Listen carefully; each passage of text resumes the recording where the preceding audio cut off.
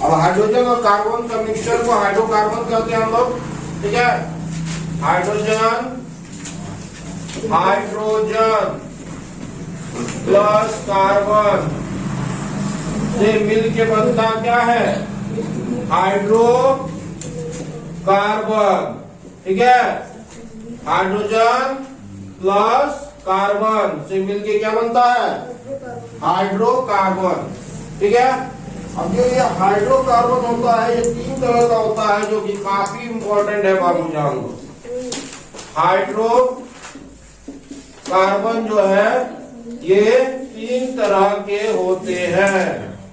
3 तरह क्या क्या होता है देख लो। एक होता है एल्केन, एक होता है एल्कीन, एल्कीन, ठीक है। और एक होता है एल्काइन, ठीक है।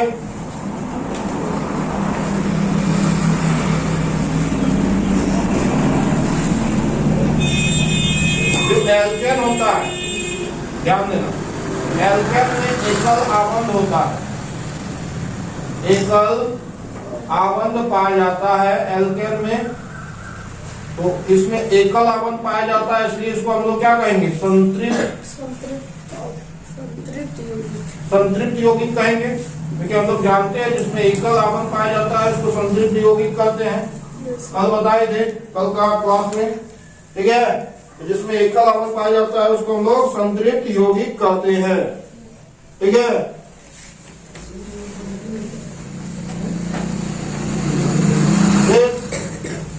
अब इसमें एल्कीन में क्या होता है, दोहरा आबंध पाया जाता है, दोहरा आबंध, ठीक है, इसमें पाया जाता है। तो एल्कीन में दोहरा आबंध पाया जाएगा तो ये संतृप्त यौगिक होगा क्या, नहीं होगा, ये असंतृप्त होगा, क्योंकि हम लोग जानते हैं कि दोहरा और तीरा आबंध अगर बन रहा है तो वो असंतृप्त यौगिक है। सिर्फ एकल आबंध बनेगा तो ही संतृप्त होता है, ठीक है। तो ये हो जाएगा असंतृप्त यौगिक एल्कीन। और एल्काइन अगर हम लोग देखें तो इसमें त्रिआबंध बनता है, त्रिआबंध, ठीक है। इसमें त्रिआबंध बनता है तो ये भी क्या हो जाएगा, असंतृप्त यौगिक,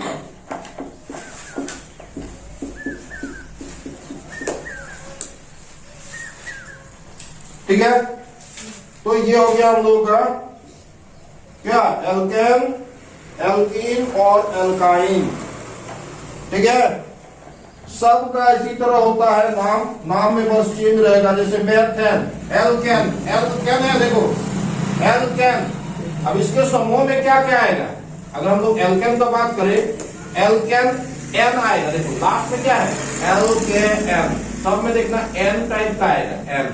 देखो जैसे मेथेन, मेथेन, एन आ रहा है, लास्ट में उच्चारण एन हो रहा है, मेथेन, मैथ है, मैथ प्लस एन हो रहा है ना।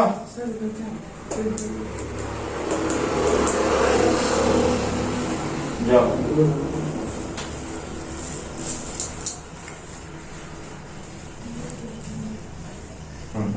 जाओ, तो ये फिर लगाया, चलो मैथ प्लस एन, देखो सब में एन आ जाएगा, एन क्या है, एन आ जाएगा, ठीक है। तो मैथ एन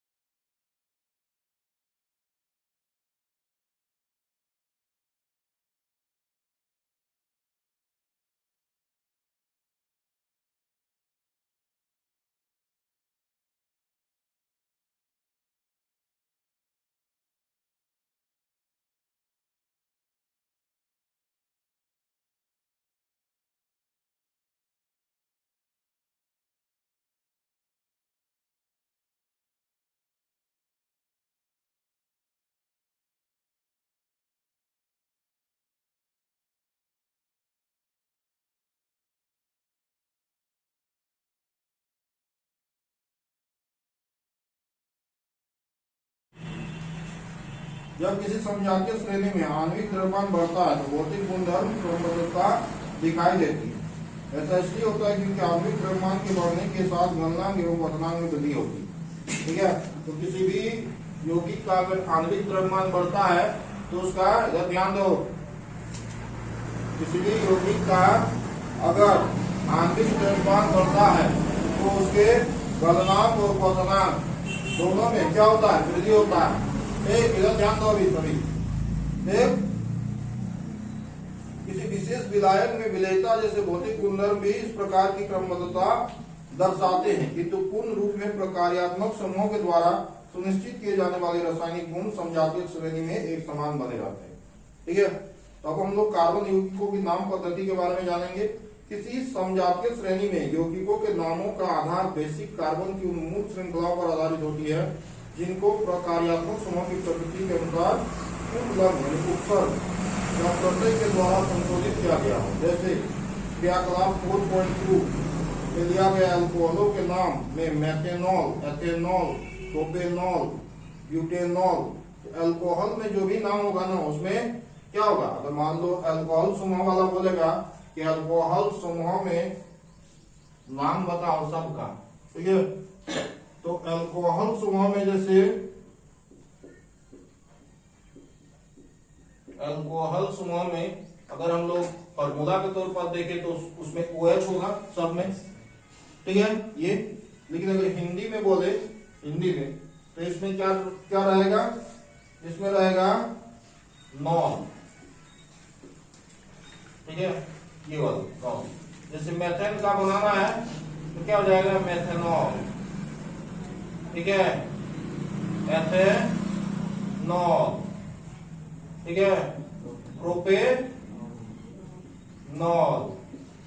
ब्यूटेनॉल, ठीक है। तो नॉल यानी ये हो गया। अगर इंग्लिश में रहेगा तो OL जुड़ा हुआ रहेगा, ठीक है ना। अल्कोहल समूह में अगर नाम पद्धति बनाते हैं तो इसमें हम लोग को एक चीज कॉमन मिलेगा, नॉल उसमें लगा रहेगा, ठीक है। इन विधि के द्वारा किसी कार्बन यौगिक का नामकरण किया जा सकता है। जैसे किसी कार्बन यौगिक का हम लोग नामकरण कर सकते हैं, ये उसका कुछ महत्वपूर्ण बिंदु है जो दिया हुआ है। यौगिक में कार्बन परमाणु की संख्या ज्ञात कीजिए। सबसे पहले तो यौगिक में कार्बन परमाणु की कितनी संख्या है वो ज्ञात करो। 3 कार्बन परमाणु वाले यौगिक का नाम प्रोपेन होगा। अगर 3 कार्बन परमाणु है, ठीक है, मतलब 3 को अगर कार्बन किसी में है वो प्रोपेन हो गया, जाहिर सी बात है होगा ही, क्योंकि हम लोग जानते हैं कि जो समूह है, ठीक है, समूह में पहला सदस्य कौन होता है, मीथेन होता है। पढ़े ना अभी हम लोग, पहला समूह मीथेन, उसके बाद एथेन, ठीक है, तीसरा समूह में कौन आता है, प्रोपेन। यानी 3 को कार्बन जिसमें होगा उसमें प्रोपेन आएगा, ठीक है, 3 को कार्बन प्रोपेन। प्रोपेन के बाद चौथा समूह में क्या आता है, ब्यूटेन। पांचवा में याद कर देना है, बहुत इंपॉर्टेंट है। पांचवा समूह बताओ जल्दी से क्या होता है, हाँ जोर से बोलो। छठा में हेक्सेन, ठीक है, तो पेंटेन हो गया पांचवा में। छठा में क्या हो गया, हेक्सेन हो गया। ये 6 कुछ चीज याद रखना है। पहला में कौन आता है, दूसरा में कौन, तीसरा में कौन, ठीक है। तो तीसरा में कौन आएगा, ब्यूटेन आएगा, सॉरी प्रोपेन आएगा, ठीक है। इसमें 3 कार्बन होता है, ठीक। यहाँ पर वही बोल रहा है यौगिकों का नाम प्रोपेन होगा। तो जिसका 3 कार्बन होगा उसका प्रोपेन होगा, जिसका 4 कार्बन होगा उसका क्या होगा, ब्यूटेन होगा, जिसका 1 कार्बन होगा उसका क्या होगा, मेथेन होगा। ठीक। प्रकार्यात्मक समूह को समग्र उपस्थिति में उसके इसको पूर्व लग्न मतलब पहले, ठीक है, पहले कुछ लगा देंगे, ठीक। और दूसरा होता है अनुलग्न। अनुलग्न मतलब पूर्व लग्न यानी उपसर्ग करते हैं, पूर्व लग्न यानी उपसर्ग और प्रत्यय, ठीक है। उपसर्ग पहले लगाते हैं, प्रत्यय बाद में लगाते हैं, ठीक है, ठीक है। इनके साथ यौगिकों नाम में दर्शाया जाता है। यदि प्रकार्यात्मक समूह का नाम पूर्व लग्न के आधार पर दिया जाना हो तो कार्बन श्रृंखला के नाम से अंत का ई हटाकर उसमें समुचित अनुलग्न लगाकर संशोधित करते हैं। जैसे कीटोन समूह के 3 कार्बन वाली श्रृंखला को निम्न विधि से नाम दिया जाएगा। जैसे प्रोपेन है तो उसमें पी हटा देंगे, प्रोपेन को कैसे लिखते हैं इंग्लिश में, PROPANE, ठीक है, ये ऐसे लिखते हैं, ये प्रोपेन है। इसमें हम लोग क्या करेंगे, पी को हटा देंगे,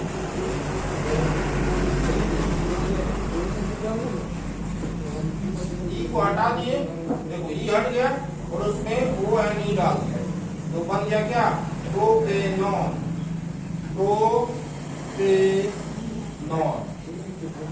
ठीक है, क्या बन गया, प्रोपेनॉन बन गया, प्रोपेनॉन, ठीक है।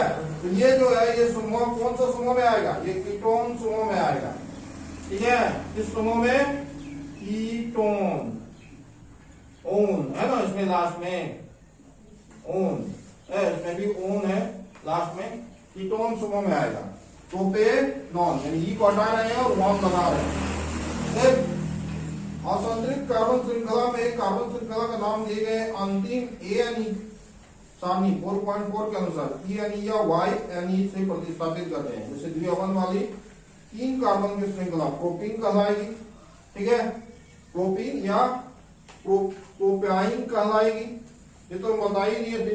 जैसे प्रोपेन है तो इसका ये सब जो है ये किस ग्रुप में है, एल्केन ग्रुप में है, एल्केन एल्कीन एल्काइन, ठीक है।